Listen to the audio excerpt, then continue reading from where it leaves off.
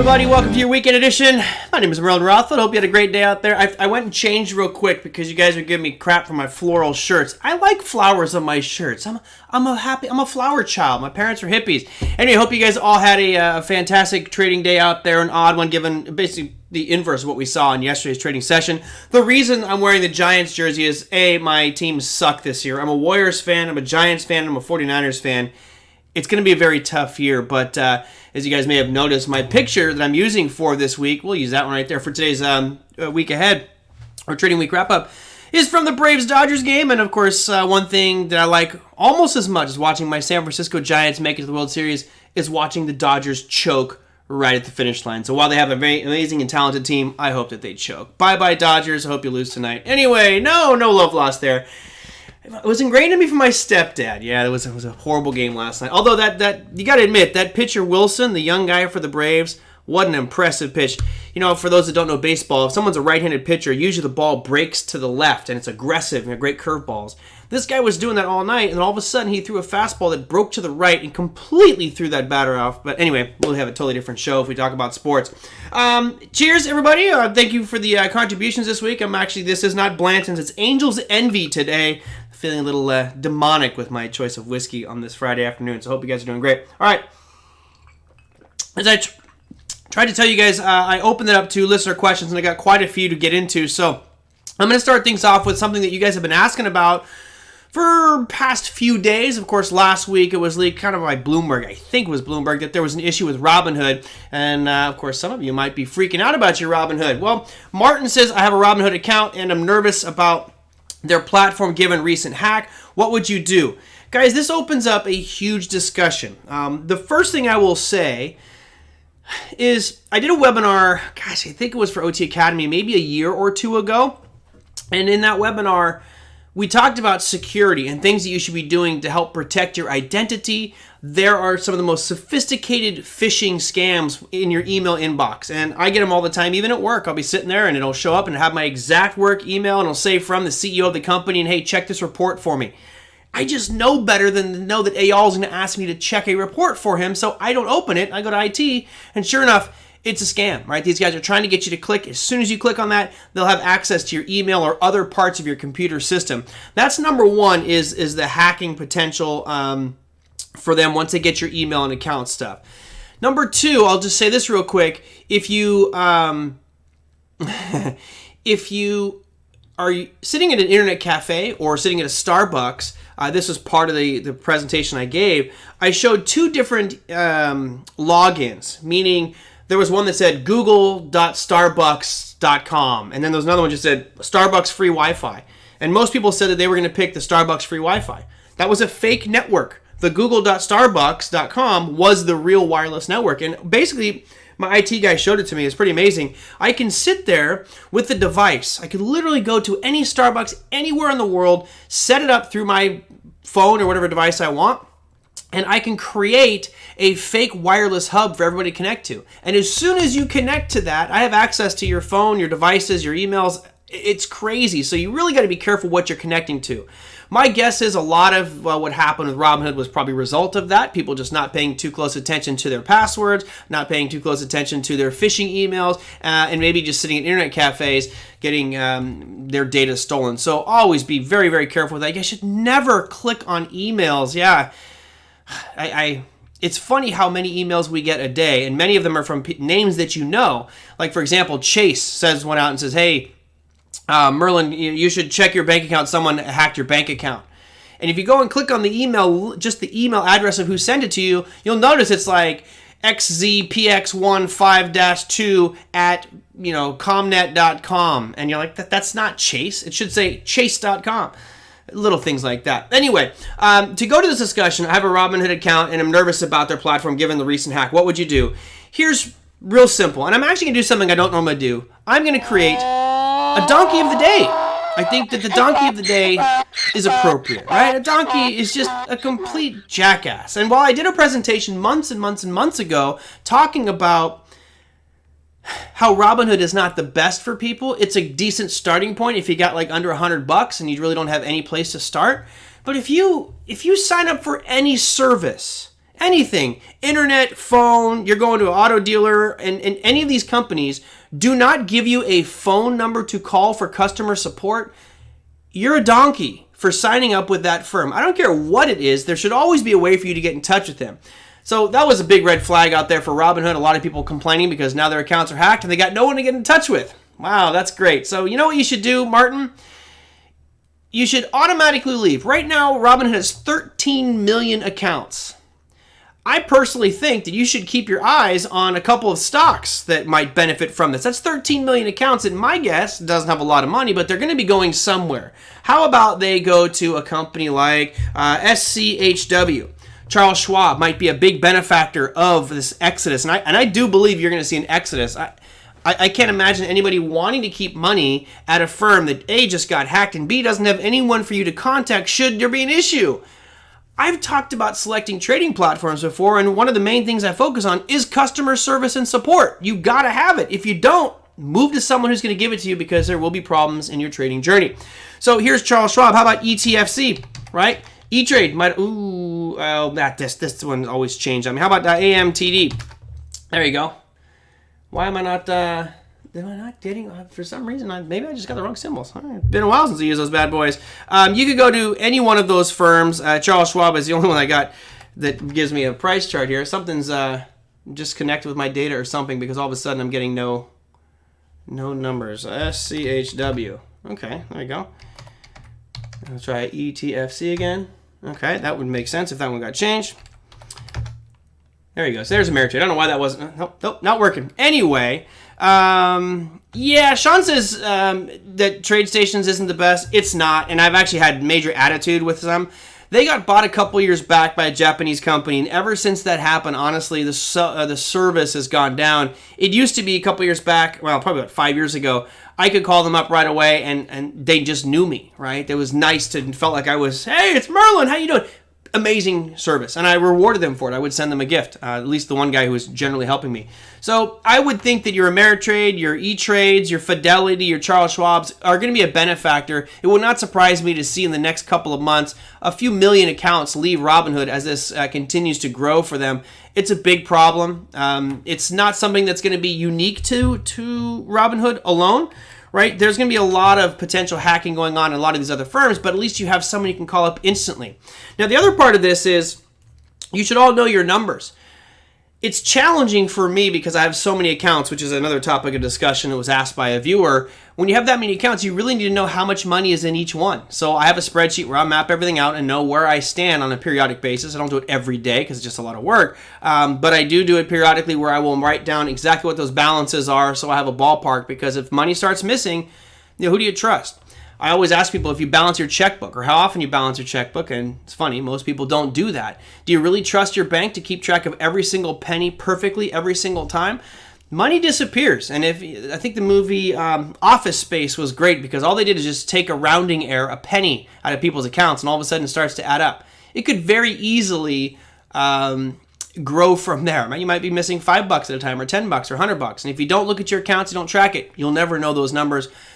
In Italian, I'm going to give you guys a figure of speech today, or a phrase that my students gave me when I started teaching at university in Italy, because I'm a bit cynical when it comes to financial markets. The phrase is, non mi fido di nessuno. If you want me to say it like a true Italian, non mi fido di nessuno, eh? What that means is, I don't trust anybody. And that's the way you should approach your financial markets and all your accounts. So always keep track of your own numbers, have a spreadsheet, know exactly where you stand. Thinkorswim, I haven't needed to call service on that one, so the question coming through right now says, what do you think about Tastyworks? Okay, don't have an account there. So actually, I have a TD Ameritrade account, but I haven't used the customer service. Generally, I'm not going to use customer service because I'm skilled enough to know what I'm doing, but a lot of times we'll use it if we're just kind of learning or have little mistakes and can't figure things out. As long as there is a number that you can call. Right? To me, that's just critical. There always should be some number that you can call to make a big difference, to access somebody. Should there be a trade problem, a data problem, an account problem, any of those types of things. And this is an interesting one that, Brendan and I have been talking about this for quite some time. It says centralized asset exchanges are going to get disrupted hard. I see speculation opportunity. This is one of those challenges. Robinhood is a centralized data bank. So all their accounts are centralized in one location. And this is one of the big reasons we talk about decentralized networks, which is why some of the cryptocurrency aspects are very appealing to me, because you can take a model that looks just like a Robinhood and decentralize that network, and now you're not going to be able to hack the data, right? Because it's not sitting in one spot, it's all over the place, and therefore the network can verify and keep that information secure. I know it sounds odd. Maybe in a later show I'll do an in-depth explanation as to why a decentralized network could be much more stable and secure than a centralized one like Robinhood. So let's see. So Ameritrade and Schwab are two different brokers that both use Thinkorswim. Does Schwab use Thinkorswim? I don't think Schwab uses Thinkorswim. Schwab uses Street Smart Pro. That's their platform. TD Ameritrade bought Thinkorswim years ago, and that's their kind of high-end platform. Yes, it was, Sean. I remember Richard Pryor in that one. Richard Pryor, God bless his soul. That guy was great. If you have that many accounts, just put them all in a spreadsheet and send them to me. I'll take care of them. Sorry, Mark, not going to do that. The other piece here, and this is something that I feel was really, I guess, pioneered, at least I haven't seen it much since before cryptocurrencies came along, is what's called 2FA, two-factor authentication. If it's an account that you've got, a couple $100 at, like Robinhood, whatever, I don't think it's that necessary. But other accounts, if you have a decent amount of money there, a two-factor authentication, I would highly recommend it, simply because that adds another layer of protection. And to be honest, who knows how those accounts got hacked on Robinhood? Was it from email? Was it from phishing? Was it from some wireless network hack? Who knows how they got there? Bottom line is, out of 13 million accounts, 2,000 seem to have been infected. My guess is that's just what they're telling us. It's probably much, much bigger than that. But get two-factor authentication. That will probably solve a lot of the problems here that you have. And some actually do not offer two-factor authentication. Hound the broker until they finally get it for you. All right, so that was the first question that I got coming in. Hopefully that helped explain it there for Martin. You said you're nervous. I would be too, especially if you have any quantity of money there. I would move away. Josh says, does that hack surprise you? Not at all. Absolutely not. I think that any source that holds money or assets, I'm talking your banks, I'm talking your brokerage firms, I'm talking your cryptocurrency accounts, I'm talking even life insurance accounts, wherever money is sitting, where are you going to find criminals? Period. You're not going to find a criminal at a charitable organization that has no money, right? I do believe that this probably has happened many times before at other firms.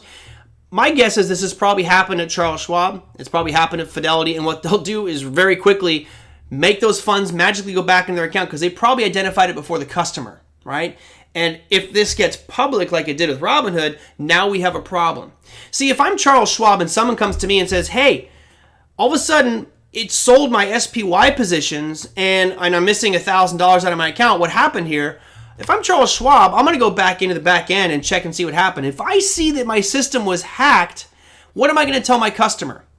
I'm going to go to my customer and say, oh yeah, that was really odd. I'm not quite sure what happened there. I'm sorry, we'll get that back. I'm glad you caught that. Boom. Customer doesn't know they were hacked. But on the back end, Schwab's going, oh shit, we got hacked. Let's fix this. I bet you this happens much more frequently than gets reported. The problem is Robinhood couldn't fix any of the accounts because they didn't have a customer service number. So note to self, start a customer service number so you can spot a problem before it becomes a big issue. That's my assumption. I take it for granted that when I log into my trade stations or my Ameritrades or my Schwabs or for any of these accounts, that my numbers are going to be right where they should be. And if you ever notice any sort of discrepancy, contact them. They'll fix it right away. Whether it was a hack, you'll never know unless it's made public, if that makes sense out there, Josh. Hope that made sense. I think this happened many times in the past. But what's more dangerous to a brokerage firm? Letting your entire population and the finance world know that you were hacked and people's money was stolen? Or having somebody's account get hacked, they tell you about it, and you cover it up real quick and nobody knows the difference, business as usual. Come on. You know how devastating this would be for like a Schwab, a Fidelity, a Morgan Stanley, if they let out that they were hacked? You know they have been hacked. Hackers are attacking them all the time. They're even attacking companies that aren't financial. I mean, it's a game to hackers. So if you can find a way to take money out of an institution, it's going to be under a constant threat, which again is why I love the Bitcoin prospect of a decentralized network. Centralized networks scare me. Anyway, there we go. U.S. Congress has many criminals. Yeah, but see, here's the difference there, Joseph. U.S. Congress has a lot of what we would deem to be criminals because of their unscrupulous behavior. However, what they're doing in most cases is within the skirt of the law. Laws need to change, in my opinion, but I can't run for political office, so we'll just strike that one from the record. Yeah, Brendan says, my Binance is more secure than my bank account. How scary is that, right?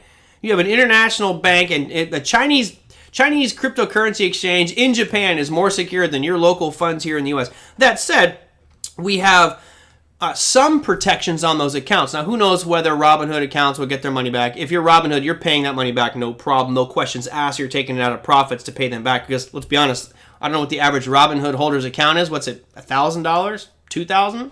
I guess it's not a lot of money. Pay that back, and let's sweep this thing under the rug real quick. All right, so Martin, my bet, move your account. Close your Robinhood account tomorrow. Move it to a Charles Schwab. Move it to an Ameritrade and E-Trade. Just get out of Robinhood. I've been saying this since Robinhood started. You get what you pay for. Okay, next question. This is a long one, so I apologize for the long read here. But Otto, thank you, Otto, for this email. He sent this to TraderMerlin. You guys know you can always send me messages and emails at TraderMerlin.com. It's a pretty simple way to do it. You can send in pictures. You can send in whatever you like. Just go to TraderMerlin.com, and there's a little contact button. You can send me whatever info you want. Now, the question is this. He says, you stated it is important to pick the correct weapon for a fight that you're gearing for. This is obviously referring to trading styles, techniques that traders must adopt for different market conditions. Would you please share a few of these techniques, styles, suitable for bullish, bearish, and sideways markets that you prefer to use?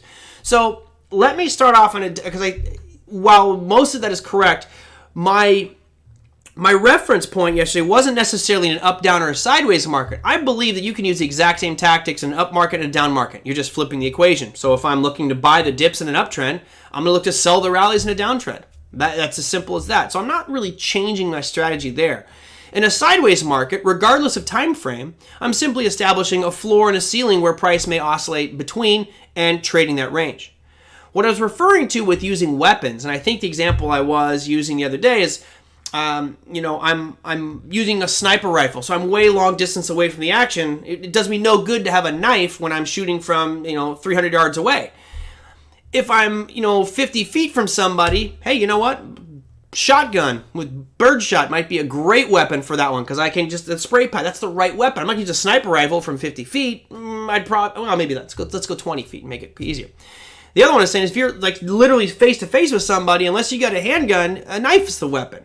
And of course, we don't need to go on the whole death and dismemberment thing, but for me, it's the same analogy when I'm looking at time frames, not styles of market condition, but time frames that I'm using. So for example, Otto, when you're looking at the larger time frame, you're not messing with a 5-minute chart or 15 minutes. That's stupid. That's your knife. That's the short-term combat piece. You're looking at weeklies and daily charts.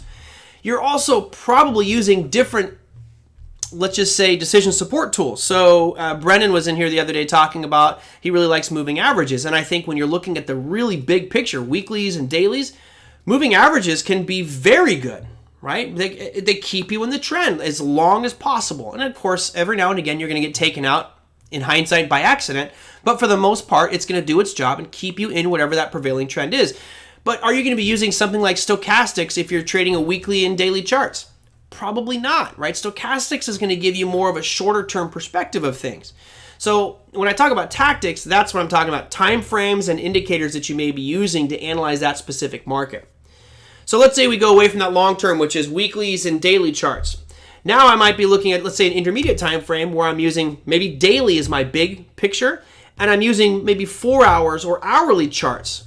Now all of a sudden, my focus is a little bit more zoomed in. I'm not really taking a picture of the weekly time frame, and I might start to use different tools. Certainly moving averages might be beneficial here. I think that for the most part, when you're using daily time frames, that's what most indicators were built for anyway. But now I think for me on a daily, I'm more inclined to start using candlestick patterns and candlestick formations.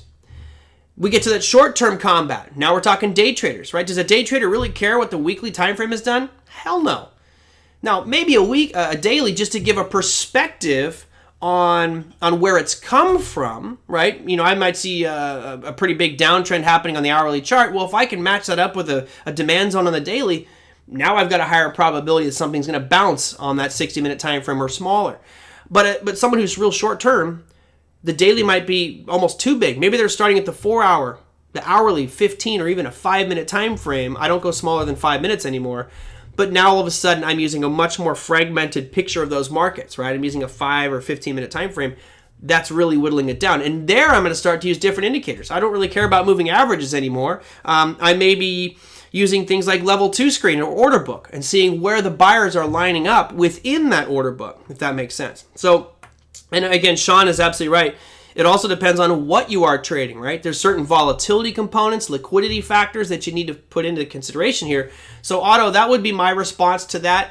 I think, especially for those of you who understand core strategy, it doesn't matter whether you're going up or down, right? You know about buying at demand, selling at supply. So you can simply translate those over to that equation. If it's sideways action, great. You're just trading the highs and lows. And again, that could be on any one of these, let's just say, styles I talked about, which is the big picture, right? If you got something that's is range bound in a monthly time frame, great. Trade it. Maybe you refine it down to the daily for your entries and exits, but still trade that sideways range. So that's my take on that one. Hopefully that helped out there as well.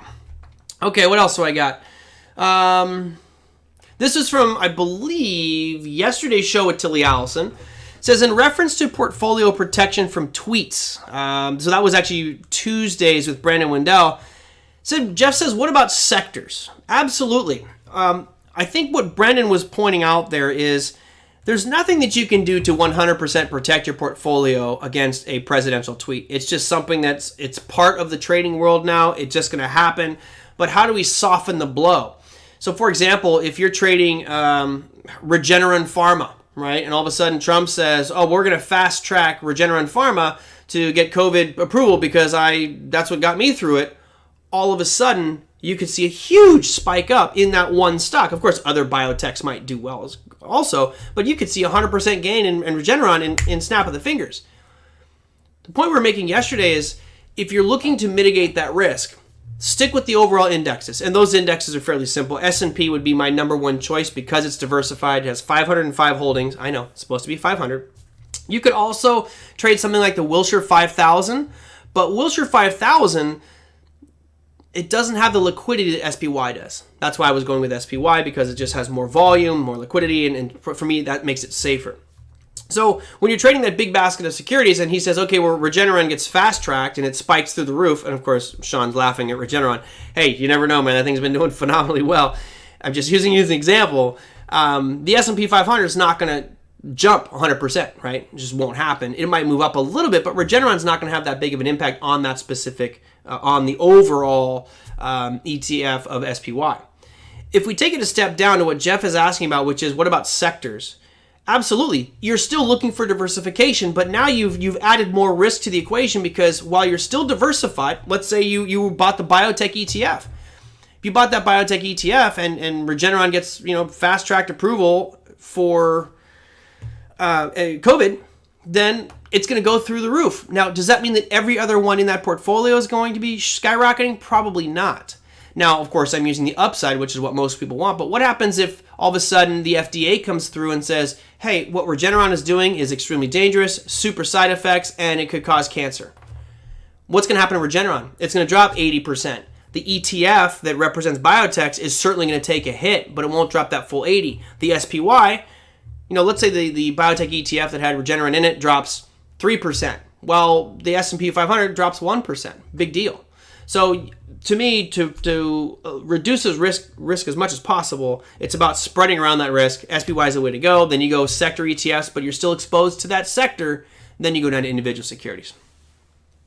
Oh, Sean, is he really? The CEO is a member of Mar-a-Lago? I did not know that. Well, the things you learn. Gosh, insider information there. The beauty of it. Brendan, you're funny. He said gold mining sector overall. Merlin, once Larry becomes bullish on gold majors, I will sell. I think Larry actually is bullish on gold, but it's just not his area of expertise and his forte. Okay. Let's see. What else do I got here is questions from listeners. Joseph, and he's in here today. We get to answer your questions. My zones hold up well after tweets. Good. I'm glad they do. A lot of them will not. Can you give me a demand zone for WBA weekly or daily charts? Okay, well, let's go take a look at WBA. Bring it up here. All right, what do I got? Oops, sorry about that. I'm doing all kinds. I've got 16 things going on my screen here, so bear with me. Sorry about that. Okay, you want a WBA. Walgreens Boots Alliance. Let's not forget about their earnings. Got a big earnings. All right. If I look at Walgreens Boots Alliance, I'm looking at this most recent move up since the September lows, and I'll be honest, none of these really appeal to me. You know, I know some of you might be looking at the zone, this most recent one, like right here, is the start of a zone, maybe this one down here, but I'm really not that interested in either one of these buy points. I don't know. I don't feel like there's anything real strong or noteworthy there. If we zoom out, there is something on that weekly. I go dot weekly. And if I pull it up here, there is a level between 31.88 and 32.78. So you got a $1 range there, but it goes all the way back. It's so long ago. This is a demand zone that was established in like October of 2012. And you're thinking, do those lines really matter? Yeah, because it hasn't been at this level for 8 years, and it's coming back down to it. So bottom line is people like myself and institutions are going to go and look and say, okay, if we break these most recent lows they're at right now, and let me just move this line down here to that low. That low is at 33.88. Conveniently, these are all like 88 and 78 numbers. Interesting.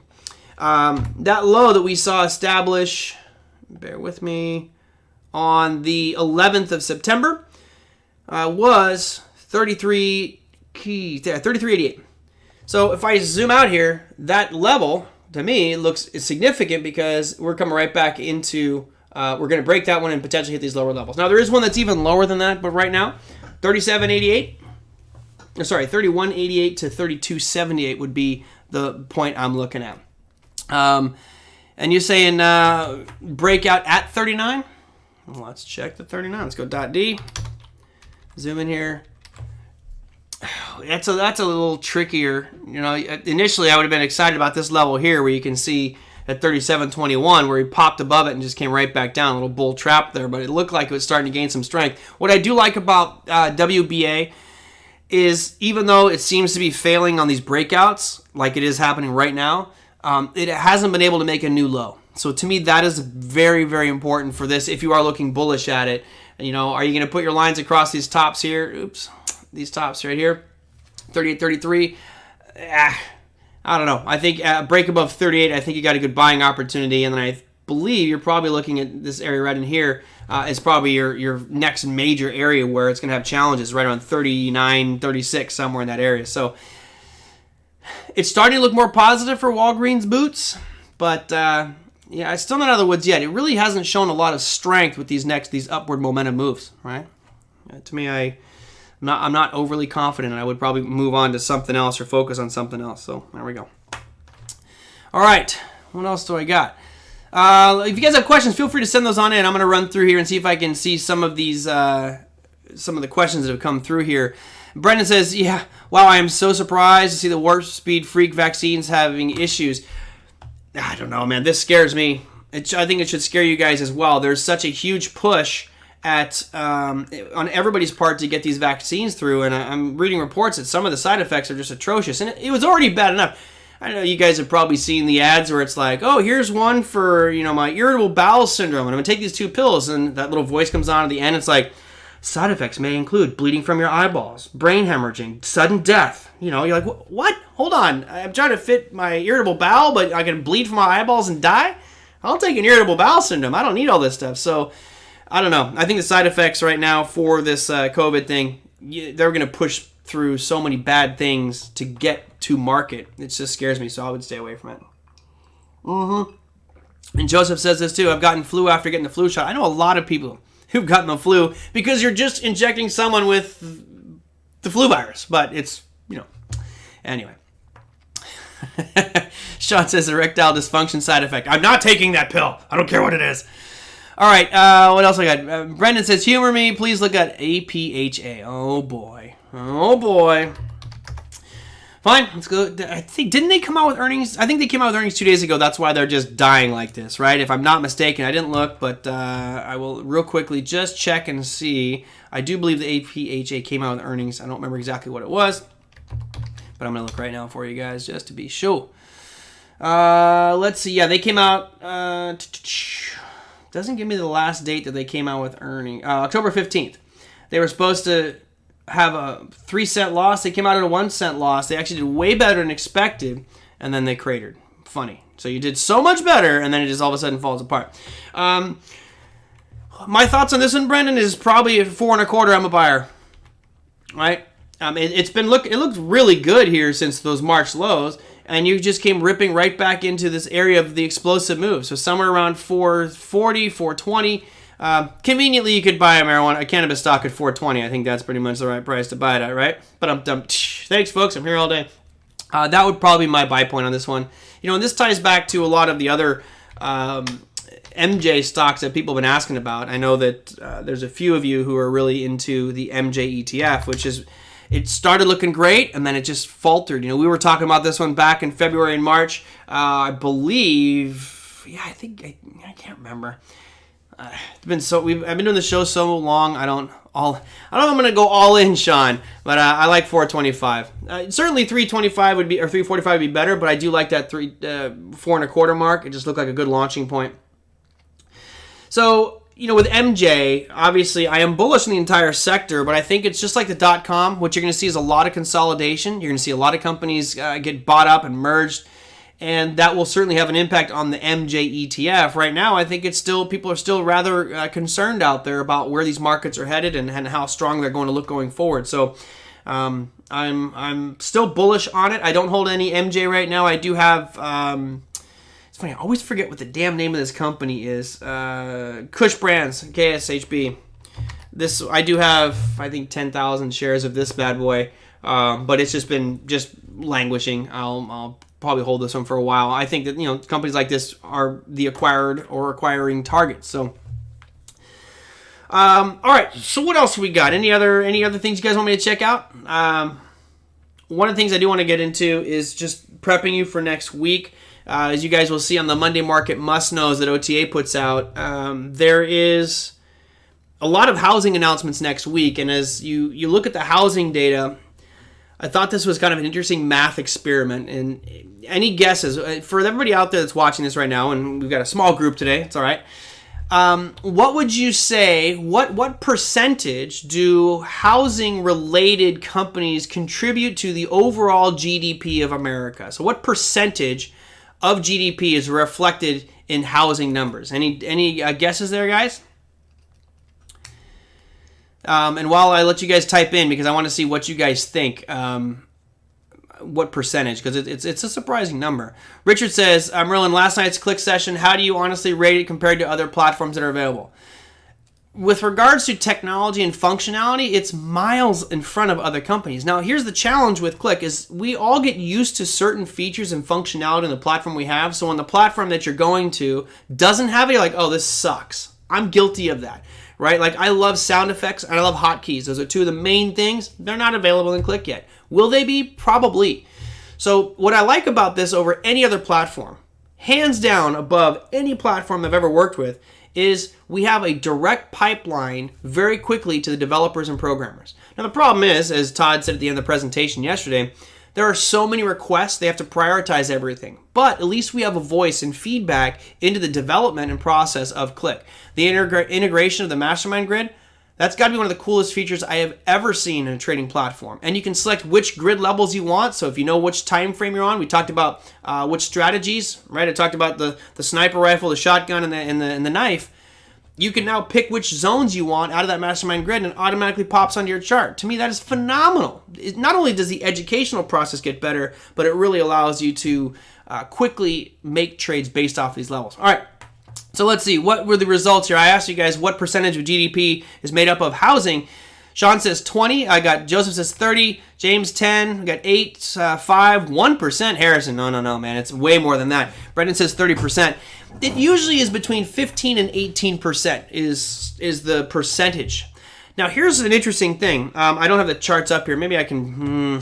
It might take me some time to do this, but you guys might recall a couple weeks ago, we had a GDP number reported for the U.S., which came out at a negative 32%, 31.7% contraction in GDP.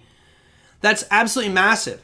The crazy part is, if I have GDP as a whole dropping by 32% and all the housing numbers look really good, I mean, all the housing data looks great right now. The NAHB, which is National Association of Home Builders survey, which comes out, I believe that's on Tuesday, is showing almost historic levels of optimism in home builders. Historic, better than it was in 2004, 5, 6, 7, 8, totally eclipsing that. That means that there's a lot of money pouring into that housing market. And if more money pours into housing, remember, we're talking electricians, we're talking the toilets, we're talking wood, we're talking all those pieces that go into building homes. If there's that much money coming into new construction and that 12 to 15, 18% of GDP is going up, it really speaks volumes to how badly the rest of the economy is doing, because you have one aspect that's doing very, very, very well.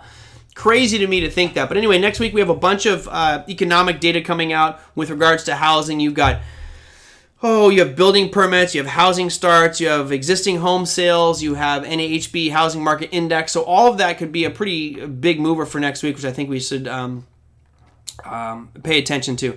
Are you counting mortgage payments on housing, or is that financial? I believe that's going to be in financial.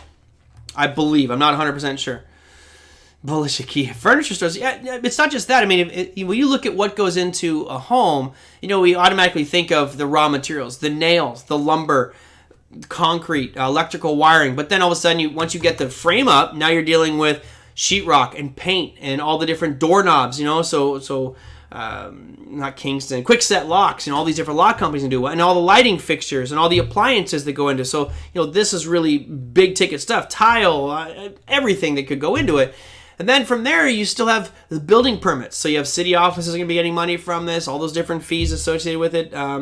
It's job creation too. So if we look at the markets going forward, that is also another positive sign. It's just weird when you have one number, GDP, appallingly bad, and that subset of 15 to 18% of that is doing exceptionally well.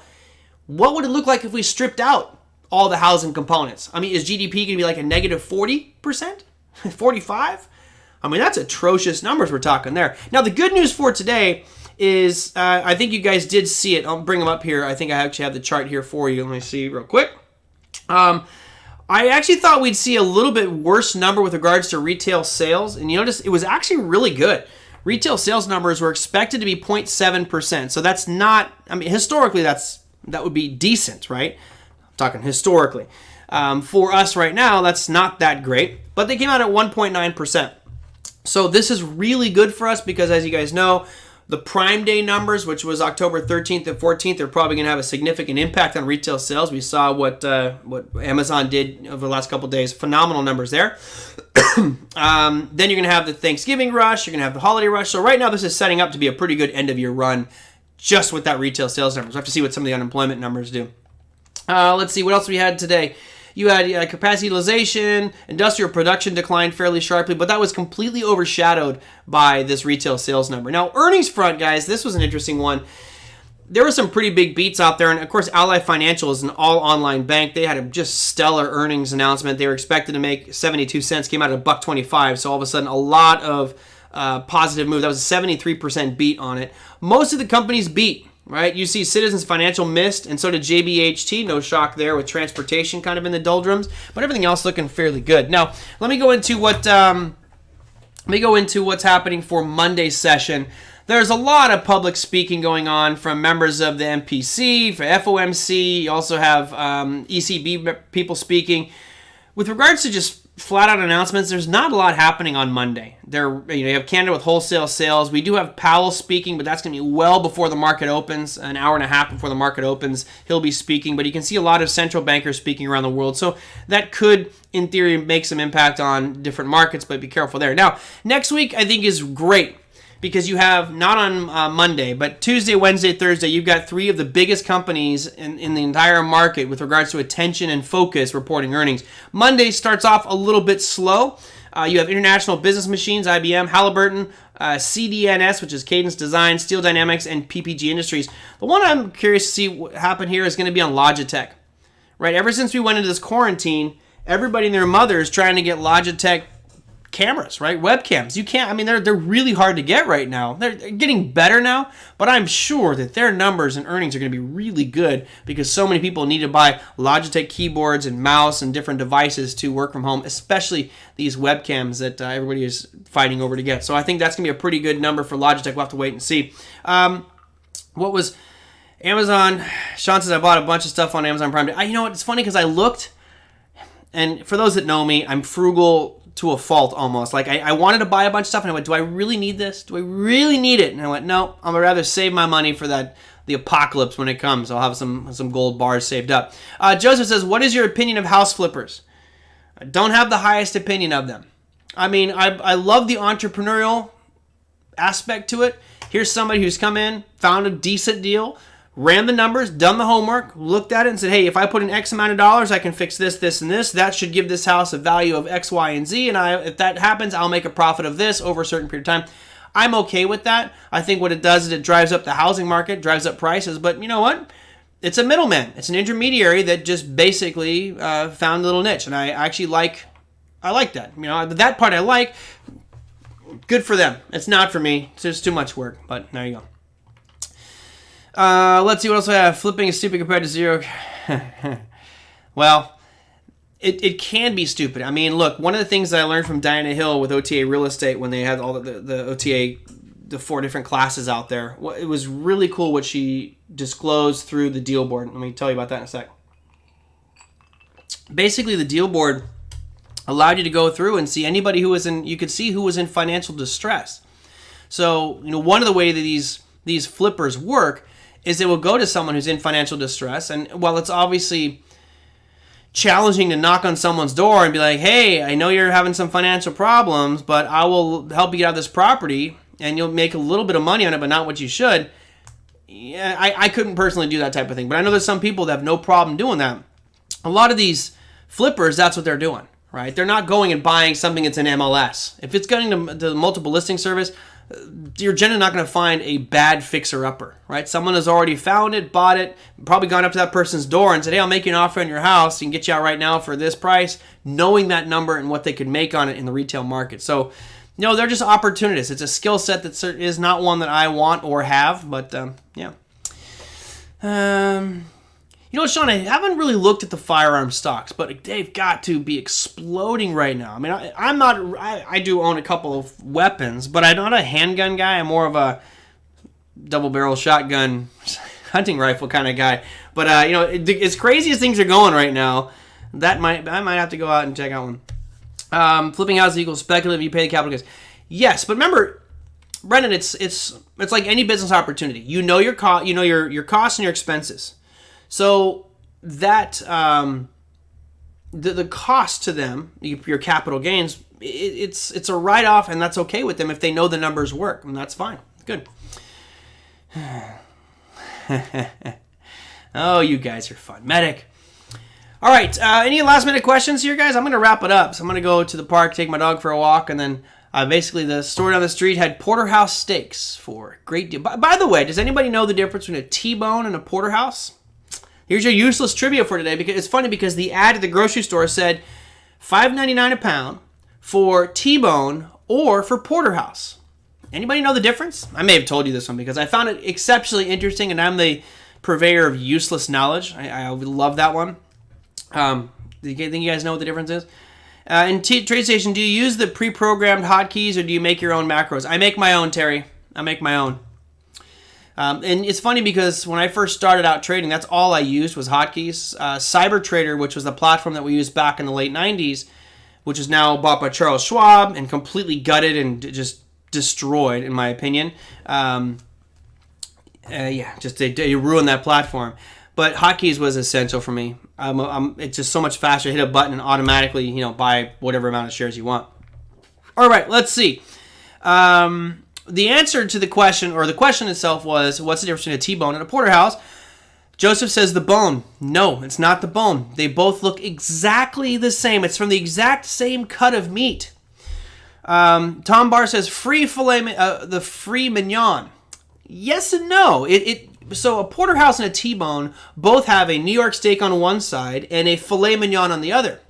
The difference between a porterhouse and a New York is how thick the filet is.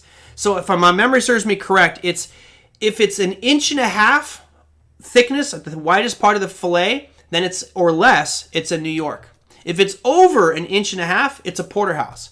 So what's interesting is I go to the store and it's like, well, why the hell would I buy the T-bone, which is going to have this little tiny filet, or I found ones that had like a 4-inch filet today or yesterday. So that's my barbecue for tonight. There you go. That's your useless trivia knowledge for the day, guys. The porterhouse is obviously a better cut because you get much more filet mignon on it, but it's the exact same spot of cut that a T-bone would be. It's just the thickness of the filet mignon is what differentiates it. All right. Yeah, Sean says hotkeys sound like World of Warcraft. It is, and I will say this: if you guys are using hotkeys, you got to be really careful, because what happens when you start using hotkeys is all of a sudden your trade count goes way up. It's just so much easier to hit a button. You're like, oh, just bought 100 shares. Oh, just sold 100 shares. Wow. Because normally, when I was using hotkeys very actively, I was trading the same symbol pretty much all day long. So I knew what 3 or 4 or 500 shares or 1,000 shares would cost me. Here's the difference. You go from something like, an SRS Labs, a $10 stock, and all of a sudden you switch your ticker symbol and you're looking at Amazon. You're like, oh, I'll buy that at $3,300. You can't be doing 1,000 shares of that one. So that makes it a bit challenging. I would always make sure you keep your defaults very small. Since you don't pay for commissions on stock trades at most firms now, keep it 100 shares. Keep it something small. Oh, Sean, you brought that up. Did I tell you the story of the cat? Well, there's many stories of cats walking across the keyboard, but my old mentor had this thing. It was hilarious. He was in a bad trade. It wasn't going in his favor. He got really angry. He closed out the trade, and as he, in disgust, he took off his hat and he threw it at the monitor, and the hat fell back, hit the buy 1,000 shares. So he basically bought right back into the same stock he just got out for a big loss. So, yeah, hotkeys are dangerous, guys. You really got to be careful with that one. But the stories of cats walking across keyboards, cats love keyboards. If you don't believe me, go to YouTube and just type in cats and keyboards. I mean, the only one that's better than that is cats and cucumbers. All right. That's it. I'm going to wrap it up, guys. I got a whole bunch of stuff I got to take care of today. So hope you enjoyed that. Right now, I have no guest list built out. I'm going to do my best to get some guests on the show for next week. Hope you guys have a fantastic weekend. I, for one, will enjoy my glass of whiskey here, maybe a couple cold brews later on with some of my porterhouse, my filet mignon. Hope you guys all have a fantastic trading weekend out there, and I will see you on Monday. Take care.